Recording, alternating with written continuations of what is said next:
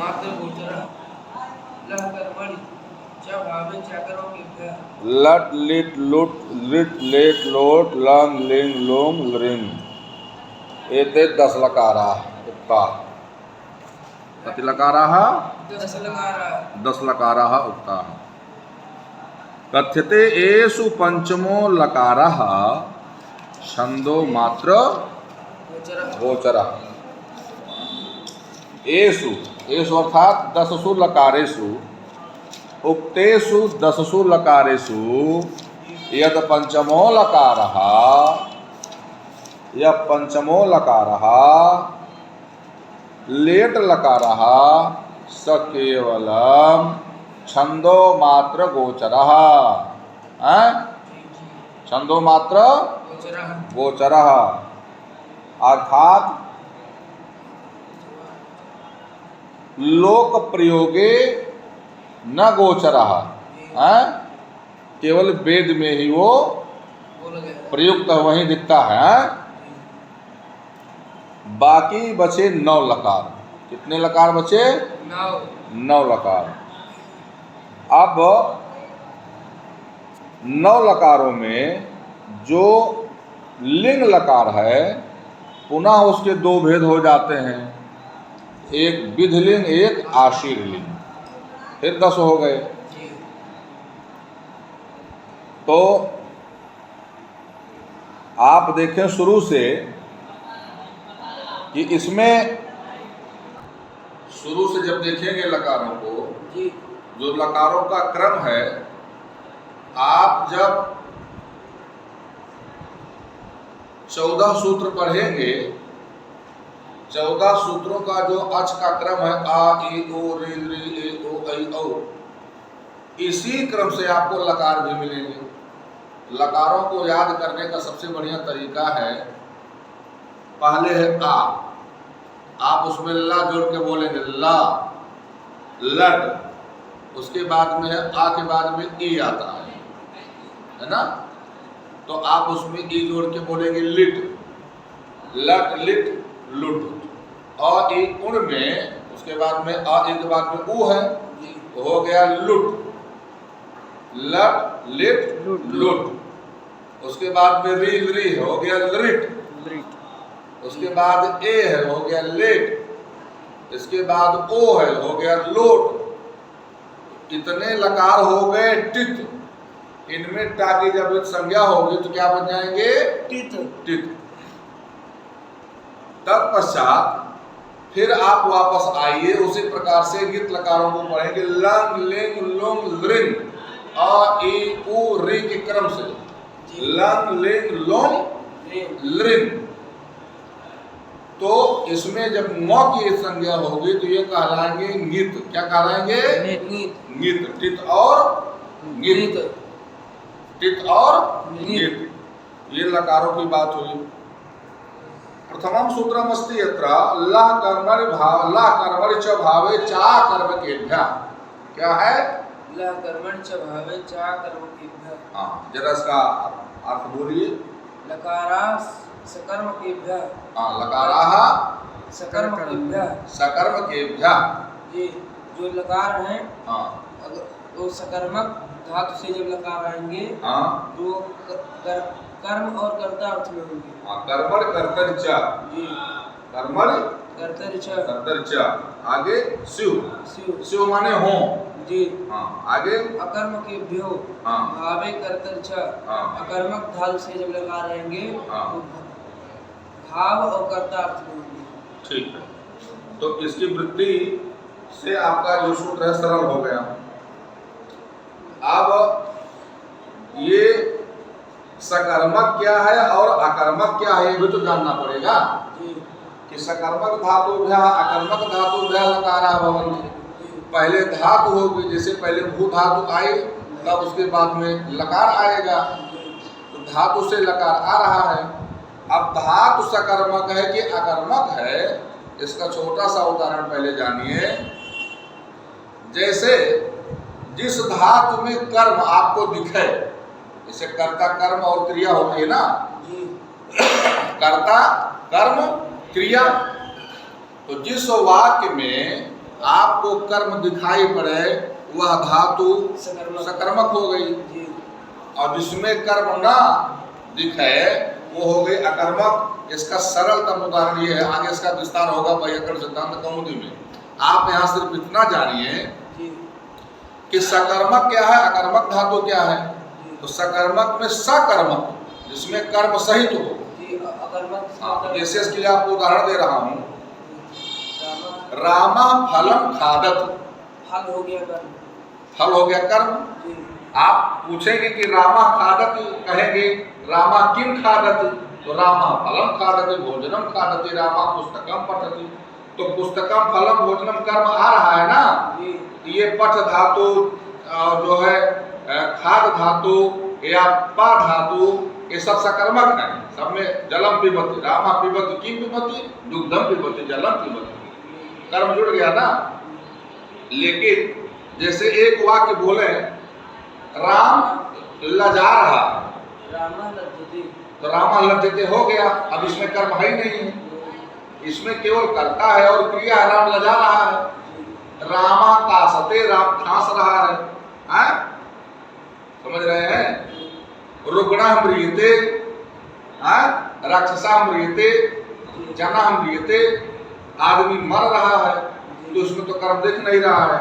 तो इसके लिए एक श्लोक है, लज्जा सत्ता स्थित जागरणम प्रदीक्षा वै जीवित मरण, श्लोक लिख करके याद कर लेना। तो इस प्रकार से आपको बताया गया कि सकर्मक धातु क्या है, अकर्मक धातु क्या है। इस प्रकार से वहाँ कारक में भी कुछ धातुएं कही गई है, कारक आगे वे प्रकरण हमारा नहीं आया मिलेगा, लेकिन श्लोक को पहले ही याद कर लेना चाहिए। चलिए अगला सूत्र बोलिए। तिप्त जी सिक्त वर्तमाने लट, लट वर्तमाने लट लट, वर्तमाने लट बोलिए। अर्थात वर्तमान काले लट लकारः भवति। जी वर्तमान क्या है, बोलिए काल हमारे समय है। समय समय को तीन भागों में पहले बांटा गया। समय माने काल एक ही है, जैसे दिशा एक ही है, उसको 10 भागों में पूर्व पश्चिम उत्तर दक्षिण नैऋत्य वायव्य दिशा में उसको बताया गया, उसकी संज्ञा रखी गई।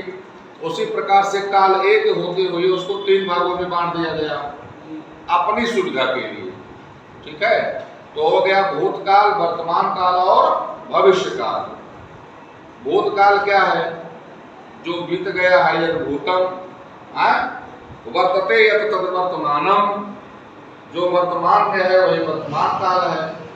और भविष्य काल जो अभी के बाद आने वाला है वो भविष्य काल हो गया।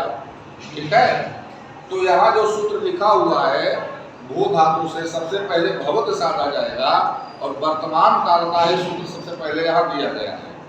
तो वर्तमान क्या है, वर्तते यत तत वर्तमानम, बोलो वर्तमाने वर्तते वर्तते वर्तते यत तत वर्तमान, वर्तते यत तत् वर्तमान तत वर्तमानम।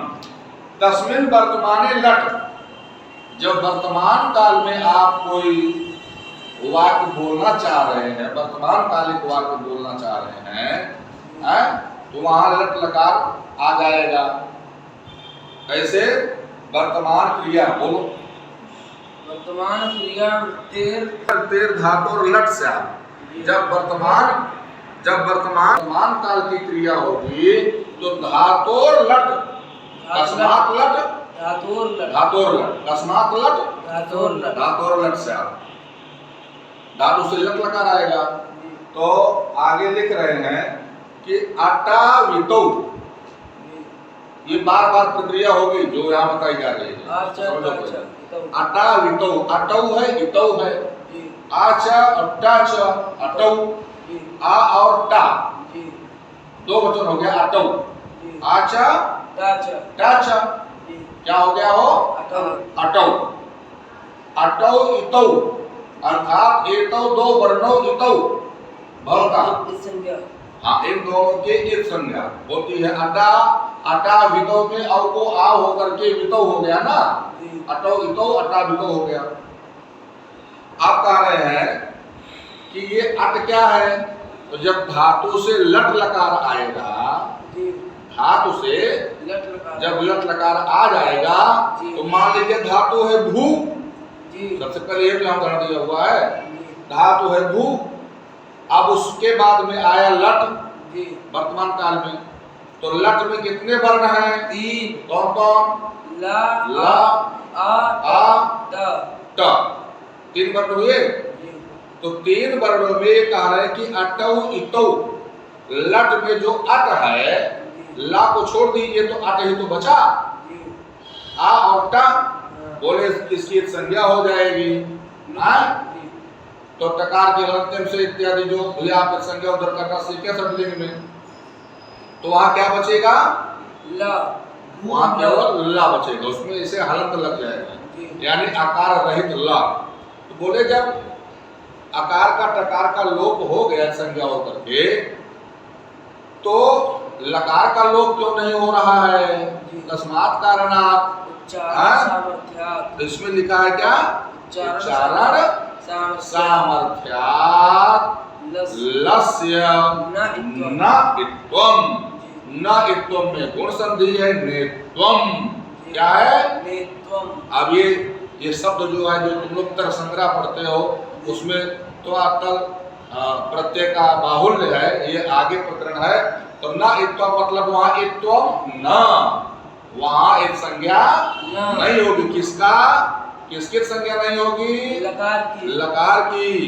लस्य सामर्थ्यात् है, सामर्थ्यात्। सामर्थ्यात् में तो हल है, पंचम्यंत शब्द है। सामर्थ्यात् लस्य।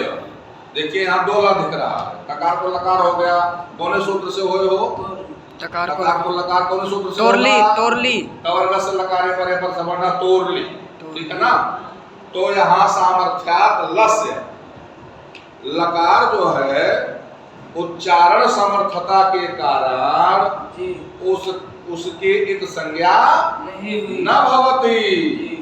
उच्चारण सामर्थ्यात् तस्मात् कारणात् उच्चारण सामर्थ्यात् लकारस्य संज्ञा न भवति। इत संज्ञा न भवति, अर्थात तस्य लोपः न भवति। अगर लकार का भी लोप हो जाएगा, क्योंकि उच्चारण सामर्थ्यात् में लट लिट लोट पहले कहा दिया गया है मनुष्यों के द्वारा। तो इस प्रकार से धातु है भू सत्तायाम, अर्थ में भू सत्ता, अर्थ में धातु सत्ता माने होना। तो भू धातु है, और कर्तृत्व विवक्षा में माने कर्तृ विवक्षा में उसमें क्या आया? लट लकार आया, तो हो गया भू लट। क्या हो गया? भू और लट। तो लट में अट का लोप हो जाएगा ना, तो क्या बचेगा? भू और ला। भू ल इति स्थिते। अब इसी भू और ला को छोड़ दीजिए, कल जो है कर्तर सब आएगा, अयाद होगा, गुण होगा, सब होकर के बनेगा भवन। ठीक है, आगे वाला पहले पढ़ लीजिएगा, तब पढ़ने के लिए आइए। पहले आगे वाला पढ़ लीजिए, आगे वाला पहले खुद दिमाग लगा लीजिए जितना लगा पाइए। जो अगला चैप्टर है उसको पहले स्वयं पढ़िए, 2 बार 3 बार 4 बार पढ़िए, कुछ समझ में अपने आप आ जाएगा, है तब आपको अगला पढ़ना सरल हो जाएगा। ठीक है, नमस्कार।